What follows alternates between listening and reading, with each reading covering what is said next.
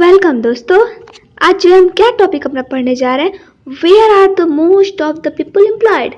किस सेक्टर में जो है मतलब कहाँ जो है ज़्यादा से ज़्यादा पीपल जो है एम्प्लॉयड हैं। तो इसके लिए हमें सबसे पहले दो ठे हम लोग को ग्राफ देखना पड़ेगा। चलिए उसे देखते हैं।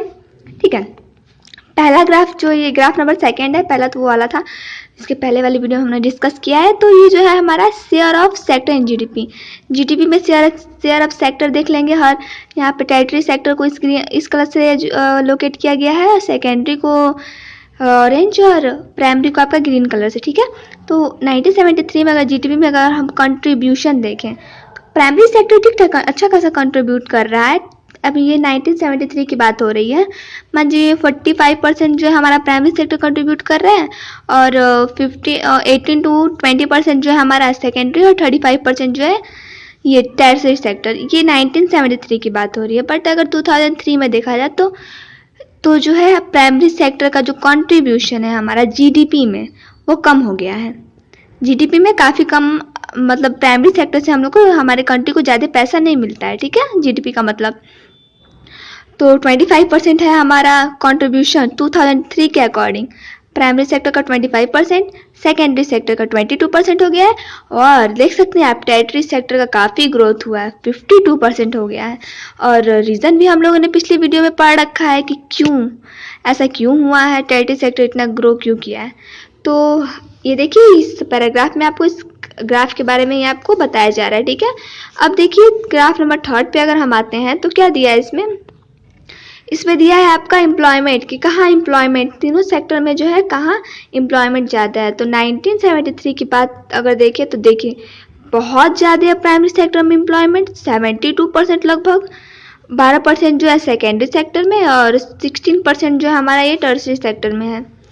अगर 2000 की बात करें तभी भी ज़्यादा है, कम हुआ है, थोड़ा कम हुआ है। बट अगर तीनों सेक्टर को मिलाए तो सबसे ज़्यादा जो है प्राइमरी सेक्टर में ही है एम्प्लॉयमेंट।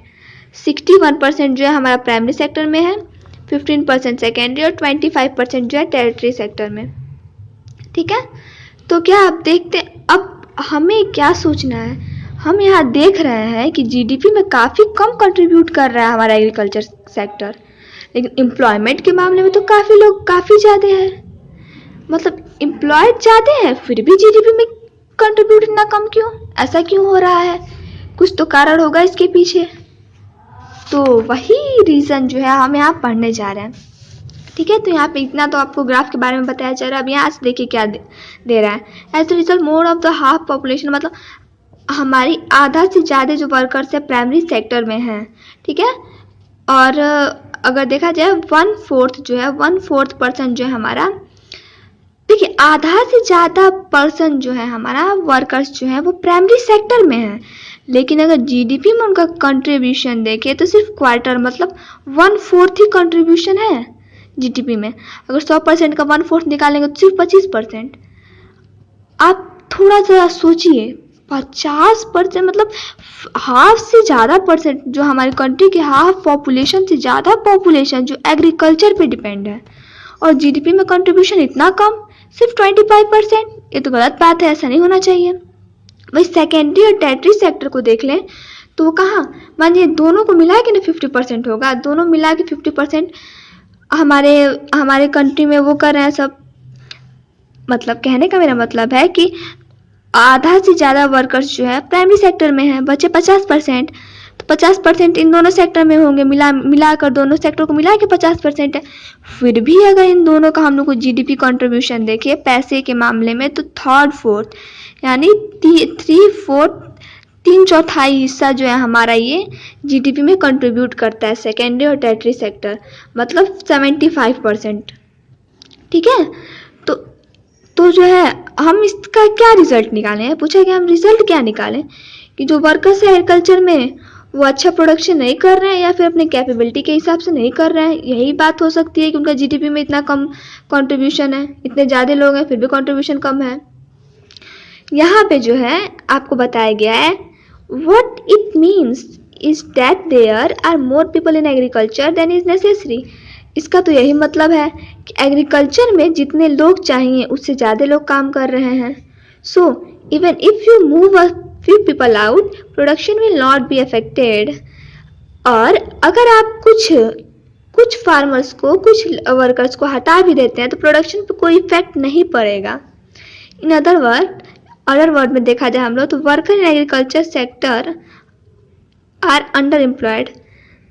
और अगर हम अदर वर्ड में देखें, जो वर्कर्स एग्रीकल्चर सेक्टर में मतलब जिनको हटा दिया जाए तो कोई फर्क नहीं पड़ेगा प्रोडक्शन पे, तो वो क्या होते हैं, वो अंडर एम्प्लॉयड कहलाते हैं। यहाँ पे आपको लक्ष्मी का एग्जाम्पल लेने को बोला गया है कि उसके पास जो है 2 हेक्टेयर लैंड है जो कि है मतलब अनइरिगेटेड, मतलब उसके पास इतनी फैसिलिटी नहीं है कि वो उसको पानी दे सके। वो मेनली जो है रेन पे डिपेंड रहती है। और जो क्या कौन कौन सा क्रॉप उगाती है, ज्वार अरहर का क्रॉप उगाती है। उसके ना घर में जो 5 मेंबर है जो कि एक ही प्लॉट पे काम करते हैं और सारे लोग एक ही काम करते हैं। ठीक है ना। उसके बाद से बताया जा रहा है यहाँ पे ईच वन आर डूइंग, मतलब अगर इस तरीके से देखा जाए तो कोई भी फुली एम्प्लॉयड नहीं है। क्यों नहीं है? क्योंकि मान लीजिए एक छोटा सा प्लॉट है, उसी पे 5 ही लोग काम कर रहे हैं, 5 लोग उसी पे एक ही काम कर रहे हैं, तो उससे कोई फायदा है करने का? कोई फायदा नहीं है।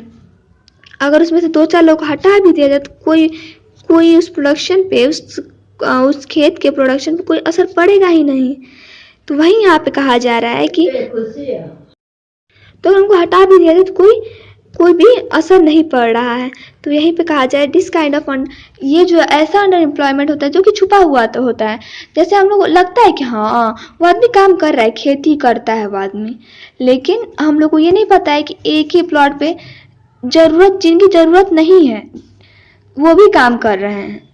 ऐसे एम्प्लॉयमेंट को जो हम डिस्कस्ड अनएम्प्लॉयमेंट कहते हैं। ठीक है। मान लीजिए आपको डेस्क उठा के ले जाना है तो 2 लोग काफ़ी हैं डेस्क उठाने में, लेकिन उस डेस्क को आप 10 लोग उठा के ले जा रहे हैं, तो जो 8 लोग हैं उनका कोई मतलब है वो करने का? कोई मतलब नहीं। लेकिन फिर भी वो कहलाएंगे कि हाँ वो काम कर रहे हैं, लेकिन उनका कोई मतलब नहीं। अगर उनको हटा भी दे तभी पूरे डेस्क उठा के हम लोग रख ही सकते हैं 2 आदमी।